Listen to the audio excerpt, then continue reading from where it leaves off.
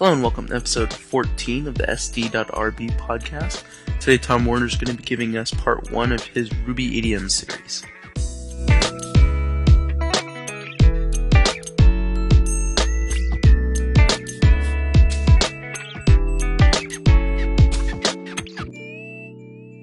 Okay, my name's Tom Werner, and I'll be speaking about Ruby and Rails idioms. So, an idiom is basically something that is specific to a language, something that you would say in one language that, when translated to another language, probably doesn't make too much sense. And Ruby tends to have quite a few of these because it does things a little bit differently than most languages, and you can do some pretty concise things that are not possible in some of our more verbose language friends. So I want to go over a few of them. This will be a pretty short presentation. I hope to do maybe one of these every presentation just to introduce some of the cool idioms that I've seen over the past month and just kind of distribute the knowledge. So if you guys see anything that you don't understand during this presentation, just speak up and interrupt me. I want you to understand every single one of these before I go on. So this is kind of an interactive presentation. So one of the canonical idioms that people new to Ruby first learn is when you have a variable and you only want to assign a value to it if it's not already nil. Or I'm sorry, if it already is nil. So in the regular way, if you're coming from C or Java or something, you might be inclined to say if not breakfast, which is to say if breakfast does not contain a value already, then assign it a value. And in this case, I'm just assigning it the symbol bacon. And you just put that in a regular if loop. You negate it with not or, exclamation point, and you go on with your life. Well, that's okay, but it's 3 lines and doesn't look very pretty. So later on, you learn about the unless and if modifiers that you can put on the end of a line. So you might start saying things like, breakfast equals bacon unless breakfast, which is identical and works fine, and it's kind of cool because it uses unless, which is a really cool construct. But now it's one line, but it's still not fully idiomatic. So the awesome thing to do is to use the or equals operator. And or equals, as you can imagine, says only do the second part of this thing if the first part is not nil. So breakfast or equals bacon. So that's equivalent to the first 2 lines and quite a bit shorter. So that's kind of the number one idiomatic example. Use it all the time. You'll use it for many things. Once you know it, you'll find tons of places that you can use it, and it makes your code really concise and it's readable as well. Basically makes sense in English as well as Ruby. Everybody understand?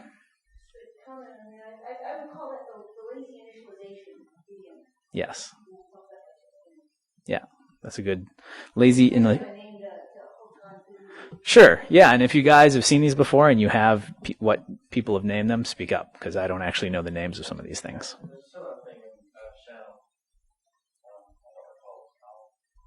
Yeah, so some languages do have this construct. It's not uncommon altogether. A lot of dynamic languages will have you be able to do this.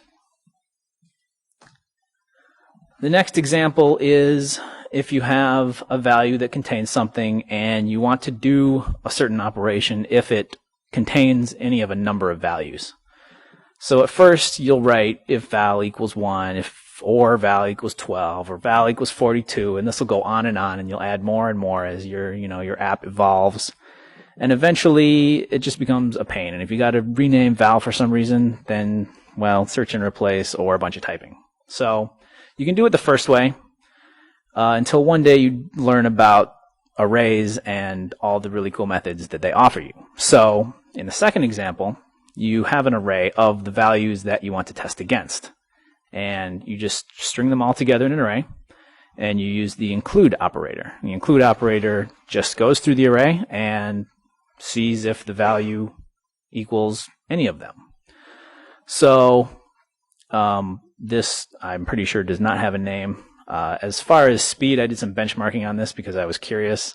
It's for a simple operation like this, it's extremely negligible. You can do, I think, 50,000 of these in about 0.02 seconds. So you can imagine doing one of them is not going to take very long.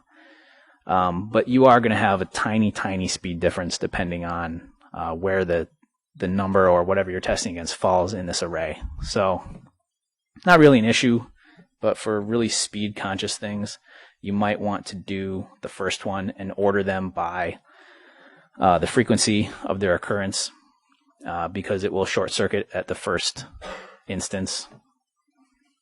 Does everybody understand?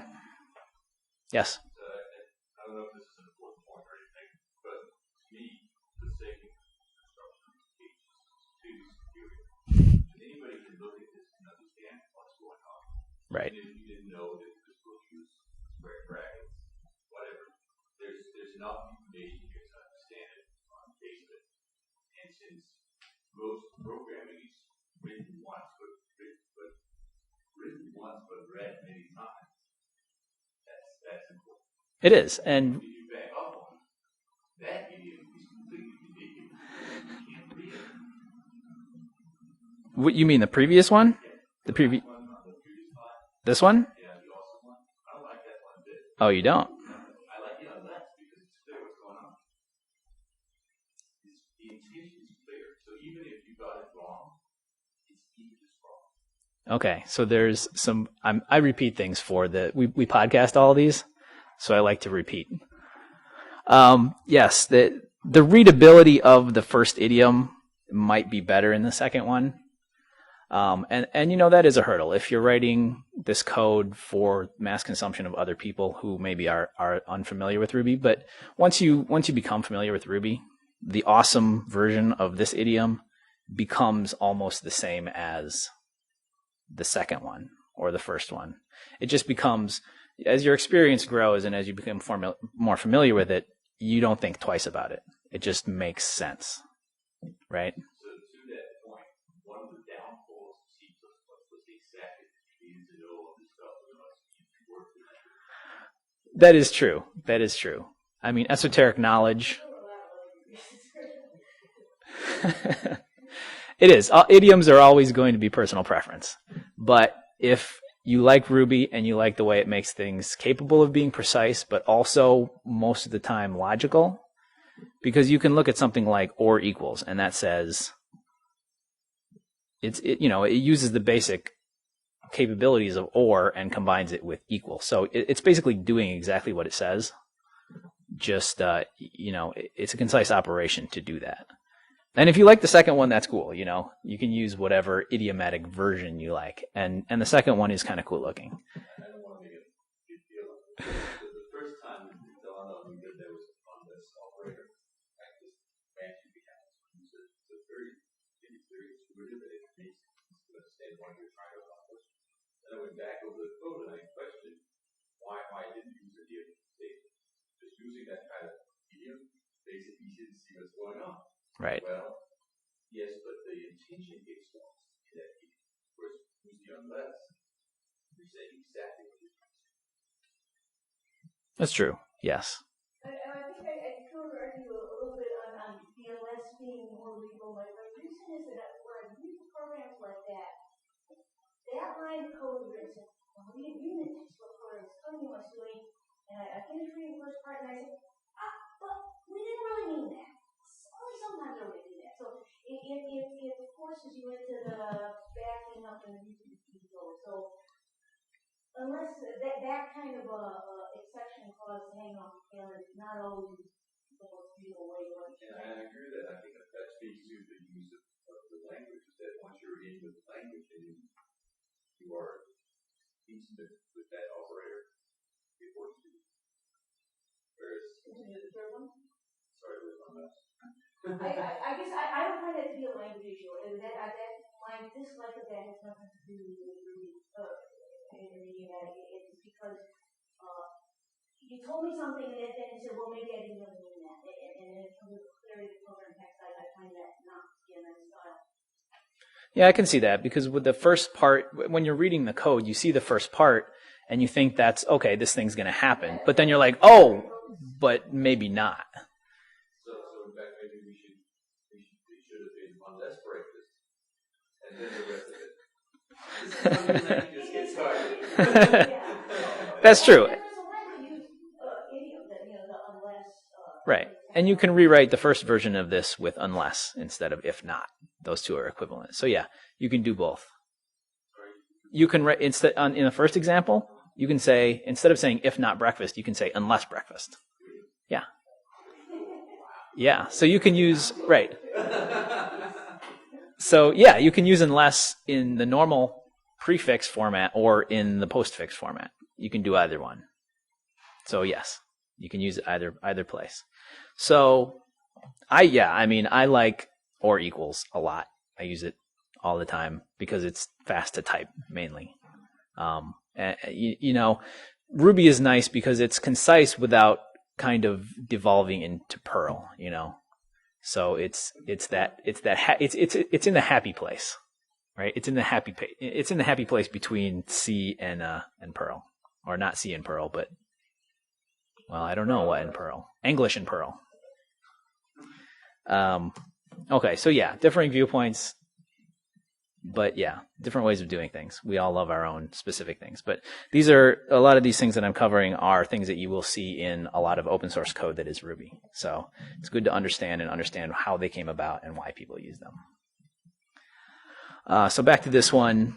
Yeah, the second version is really nice because it basically is the English version of what you're trying to accomplish. So good? Everyone understands the second one? Okay. So let's say you have a variable and it contains an array of things, and you want to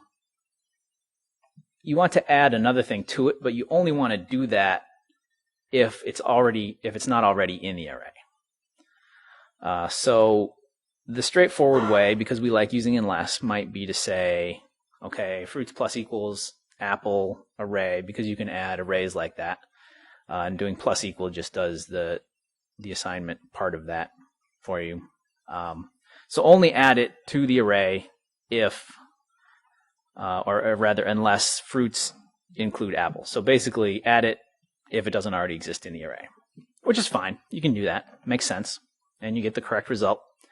Or you can use the bitwise operator for arrays, which is really cool. You wouldn't think that you can use a bitwise operator on an array. That's generally not what you're doing with a bitwise operator. But you can. You can say fruits or equals, bitwise or equals the apple array, and you get the exact same result. So yeah, this is not straightforward. It's not something that you would assume you can do. It's just once you learn the capabilities of the language, you can use that to your benefit to make code shorter and also easy to understand. Not so much. No, it's a single pipe. Mm-hmm. Idioms won't always be completely straightforward, as any idiom in any language is. You can say one thing in English to a Spanish speaker who's not familiar with English, and they'll just stare at you because they have no idea what you mean. So yeah, it's going through the process of learning things specific to a language that are common in that language and have a specific meaning. So yeah, you don't have to like it. That's fine. But I think you will.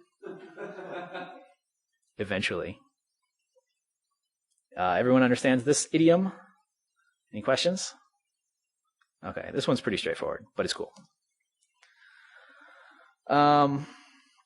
This one addresses magic variables. This is more good programming practice than it is specifically an idiom. But Ruby makes it really easy to do the right thing in these cases. So in the first instance, you have a user class, and you want to print the string admin if the user has a type ID that is 4.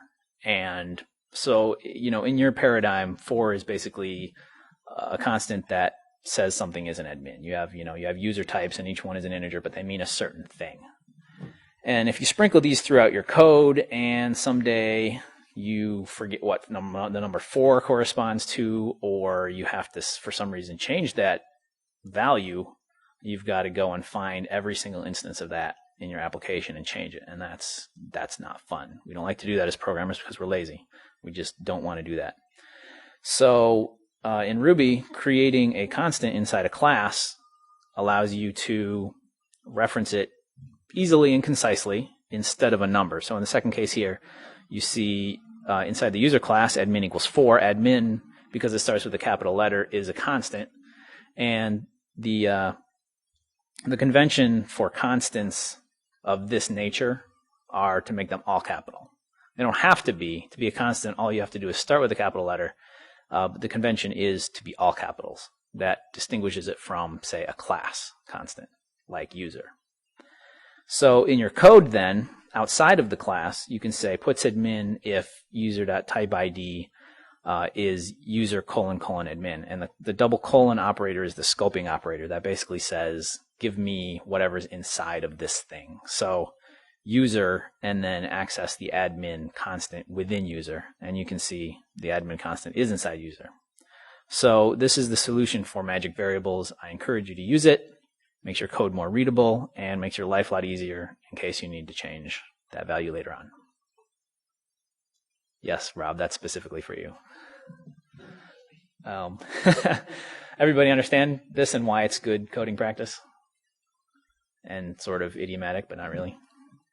So, Tom, it's something that people probably ought to understand about constants in Ruby is that's your intent, but it's not actually strictly enforced by the language. It is possible to reassign that constant admin. Don't do it; it's bad practice. Right. The fact that you declared it and aimed it that way, it certainly communicates your intent as a programmer about the use of it. But it is useful for people to be aware of that. That Ruby would let you change that. Right. I believe you'll get a warning. You do, yes. So you'll get a warning if you try to do it, but Ruby says, yeah, you can do it, but... You want, but you don't have to constant. Right, exactly. It'll complain about it. You can see that coming up when you're running Rails in class caching. If you're playing with Rails, you may run into those extended use constants classes. And most of the time, you're just putting the same value back in. But it's a useful language to be aware of that constants might not be.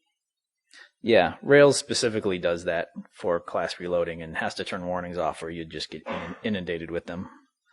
And so, yeah, you can overlook reassigning that. But as long as you're aware that you're doing this, then you're not going to ever reassign a constant. It's just something that you have to be keeping in your head. That's a good point. Thank you for bringing that up. Any other comments?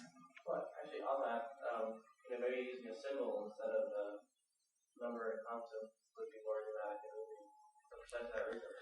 Yeah, instead of using numbers, you could use a symbol. But when you're talking about storing the value in a database, then storing a symbol in the database is,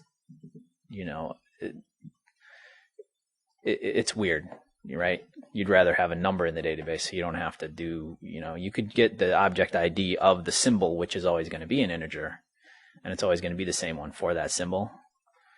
But yeah, when you're dealing with databases, if you're not dealing with a database, then that would totally be awesome. So that's another option. Okay. A lot of the time you'll have objects that contain other objects and you want to access something that's a few levels down. And oftentimes you'll code something to directly access that and you'll get complaints of nil later on because you forgot to check it and for some reason or another it didn't get initialized properly or doesn't contain the value that you expect it to. So you might want to write code like the first one where you have a bunch of nested if statements to test each part of the string of things to make sure they actually contain a value before you call the next thing on that to kind of protect yourself. But obviously that takes up very many lines of code and kind of hard to read. So the second one, which is also, kind of unfortunate to read, but a lot more concise, uses the AND operator. And basically as Ruby interprets this, it's going to interpret comments. And if comments is cool, then it'll continue with the statement. and try to, evaluate comments.first. And if that one's cool, it'll go on, and it does this through the entire string of things. And anytime one of these fails, it'll basically return nil. So in the first example, we're assigning user ID to nil beforehand, because that's what we want it to be in case one of these things doesn't contain anything, and then we can test for that later on and do whatever we want. So in the second case, that's exactly what's going to happen. If you were to want to assign a different value than nil, you can actually tack or a double pipe on the end of the second one and put a value there, and that will actually return that instead of nil, which is cool. But that's kind of an extension to this idiom. So when I was learning Ruby, I do this a lot. I just directly access comments.first.user.id, and just constantly you'd be getting nil errors, just all day long. You'd be getting nil errors because one of these things is bound to end up nil at some point in your code flow if you're not careful. Mm-hmm.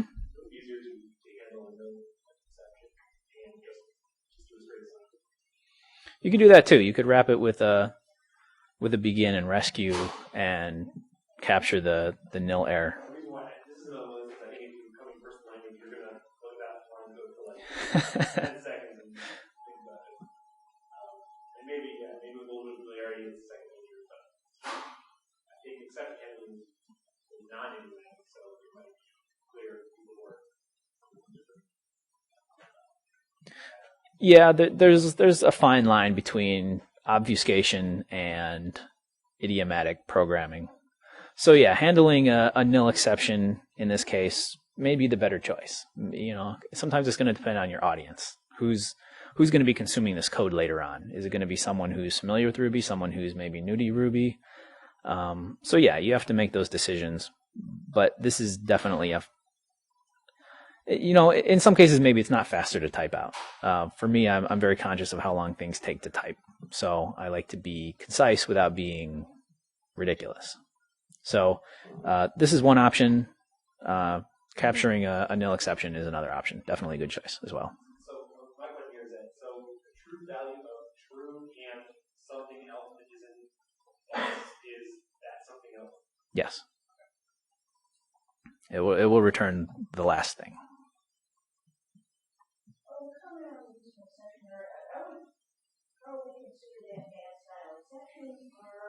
Should be used for exceptional information, and something that we know is not doing that kind of problem in the program.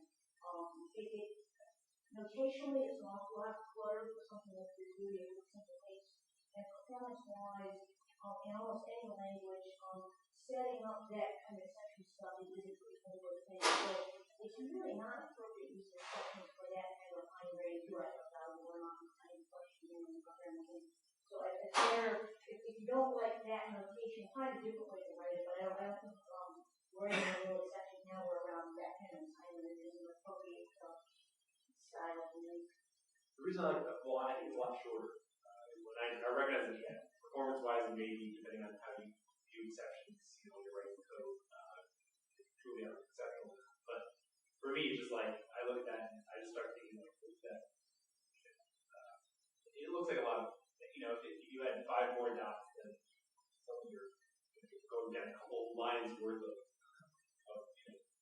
getting it right. And if you change something, then you have to go back. And it seems a little.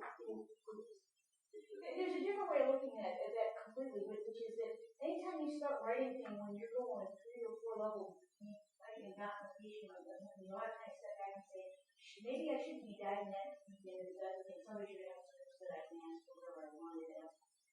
A higher level in that dot stack there. So that's a completely different thing. It kind of makes the whole thing go over. Yeah, the reason I bring this one up is because it's fairly common to do in Rails, where you have your active record objects and you have those things have relationships, and it's just you want to do it because it's so easy, but you have to be really careful because it can sting you really bad in the future. So whether or not that's a case for handling exceptions, in some cases I would say it probably makes sense because it would be an exceptional value, but then in other cases maybe not. So I guess it's kind of how you're looking at it.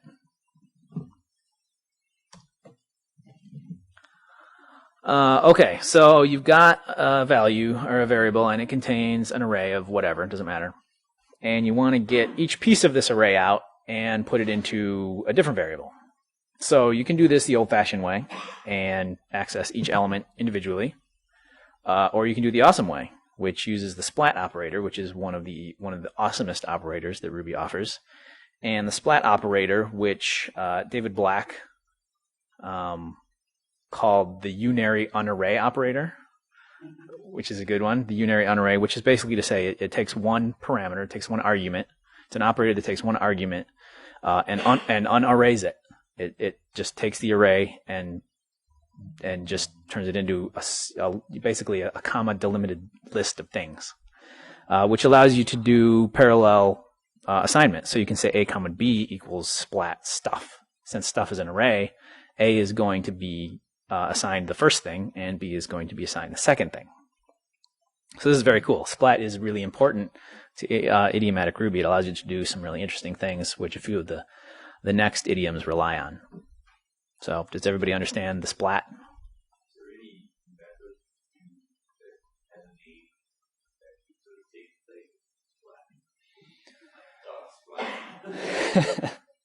I'm not actually sure that I'm not sure. Does anybody know? I don't know that there is. If there is one, splat is shorter.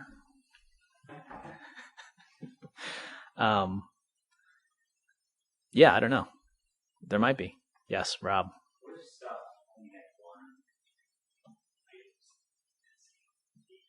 If it had 3, then the third one would be ignored. In this instance of A, B equals splat stuff, the third one will be ignored. If it's shorter, if stuff only contains one value, B will just be nil. So, and you can also do this literally. So you could do A comma B equals the literal chunky bacon. So you can put that on the same line. You don't have to splat a variable. You can splat a literal thing. So you can splat a literal array in line if for some reason you want to do that. Doesn't really make much sense, but yeah, it only works on arrays or things that basically act as arrays, things that are equivalent to arrays, right? So yeah, arrays basically. Everybody understand that? So just the splat always comes in front, and that just unarrays. So we're going to use a splat in this next idiom, and this idiom is pulling a piece out of a string using regular expression, something that you'll do often. So in the first example, you've got your string, and you use the equals tilde, which is basically the match, the match operator for strings. And that will return a true or false, but it will also fill a global variable, $1, with the first match, $2 with the next match, and the match is what's in the parentheses. So you might, coming from somewhere like Perl, which does something very similar to this, you might want to do what's in the first sucky example, where you do the equals tilde operator, and once that's done, you pull the value out of $1 because it's available, it's handy, it's right there. And kind contains the correct thing. The problem with this is, first of all, it uses a global variable, which is never ideal. It's okay when you don't have other stuff going on, but if you are working with threads or something, this can start to get you in trouble. And who the hell knows what $1 means, right? So instead of doing this, you can do something really cool with the splat operator. And so you see here M and kind, two variables, are going to equal the splatted result of a string, and you call .match on the string with the regular expression, and that will return an array, the first element of the array being the entire string or the entire match. So whatever that regular expression matched, the whole thing will be in the first element, and each one of the captures will be in the subsequent elements, starting with the first element. So once you have that result as an array, you can unsplat it. And I use the M variable here. You can use whatever variable name you would want, but you're basically just ignoring it. So you can type M, you could type underscore, because you don't care what it is, and you just not barely name it at all with an underscore. It's still a valid variable name. And the end result is you have the correct value in kind. You do it all on one line, and you're not using a global variable, which is cool. Everyone see the splat operator there instead of in front of chunky style bacon on the second example? That's unarraying the result of that match call. Questions, comments? Could you put like bracket 1 bracket after the match there, like you can in Perl, instead of using the splat operator? Yeah, you could do that. You could do that. I personally think the splat operator is cooler, but yeah, I mean that would be good too, and possibly more understandable. There's a bunch of different ways to handle this in a very short, concise manner. This happens to be kind of my favorite. Because if you wanted to assign, let's say you're doing 2 captures, now you're basically going to have to do either 2 lines or probably 3 lines, because you'd have to capture it, you'd have to get the result and then do each element separately. In this case, you would just do m kind, comma, and then another thing if you had 2 captures that you wanted to assign. If you access them directly from that match, it basically only works for 1, is what I'm saying in that case. This is sort of more extensible. Good? All right, I don't know that this is an idiom specifically, but something that is definitely good to know and not entirely straightforward. You might not expect these things to occur, but the case statement in Ruby is extremely powerful, super powerful. You can basically match against anything. So val here can contain integers, strings, symbols, whatever. And using the when clause, you just put when and a thing.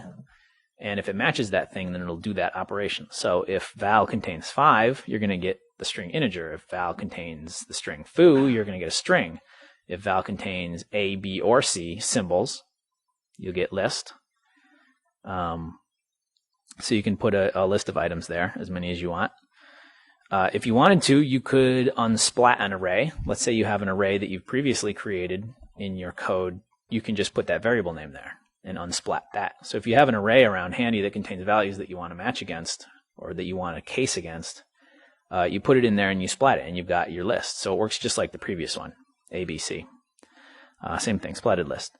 You can put a regular expression in there and match against that, so that if val contains 2, 3, or 4 digits in a string, it'll match that in print regex.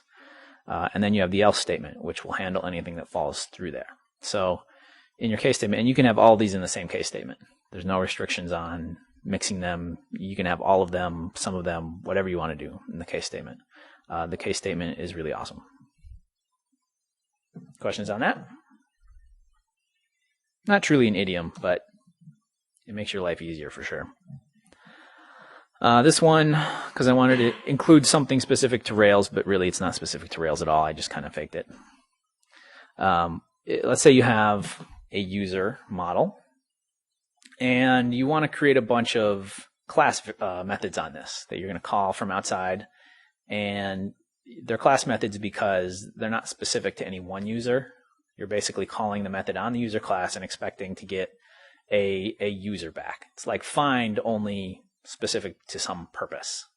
It's basically shorthand for doing a find. Encapsulates it and makes it easy to change in the future.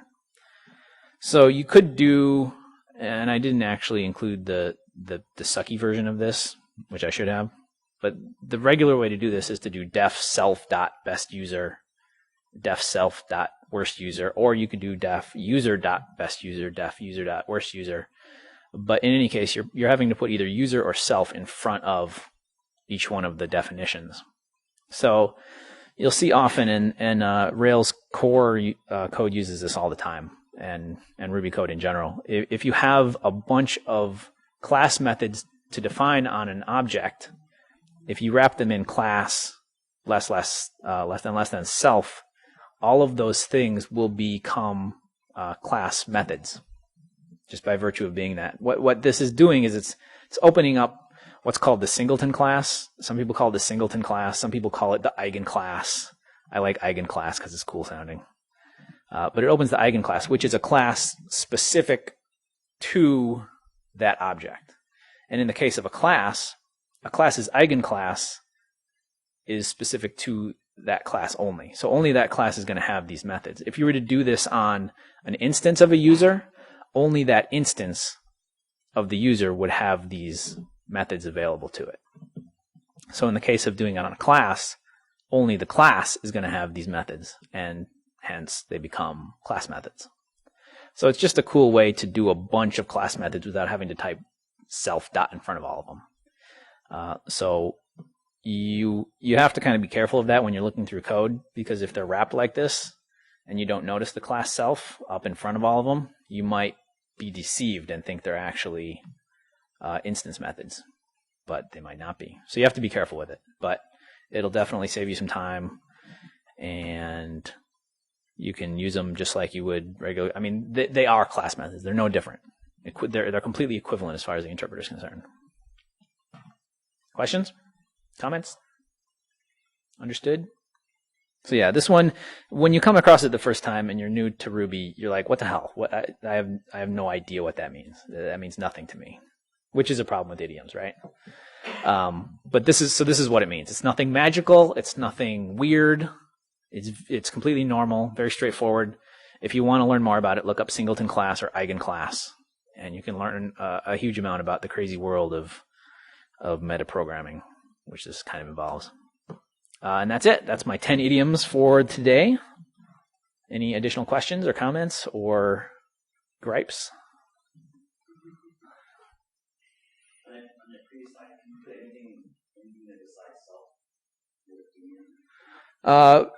The other way you use this is outside of this, just when you're just doing regular programming. If you do class less then and you put an instance of an object there, then you open the eigenclass for that instance, and then whatever you put in there will become methods on that instance, specific to that instance. So you can also do this outside of user. If you do, let's say you're outside the class, the user class definition. You can do class less than user, the user class name, the constant user, and do the same thing, and it'll work the same. It's equivalent. So yeah, you can use it lots of places. It's basically just saying, open up this thing and let me do stuff inside it.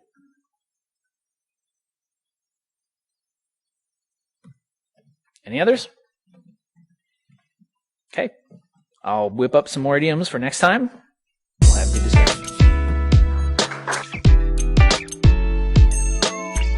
That concludes this episode of the SD.RB podcast. See you next time.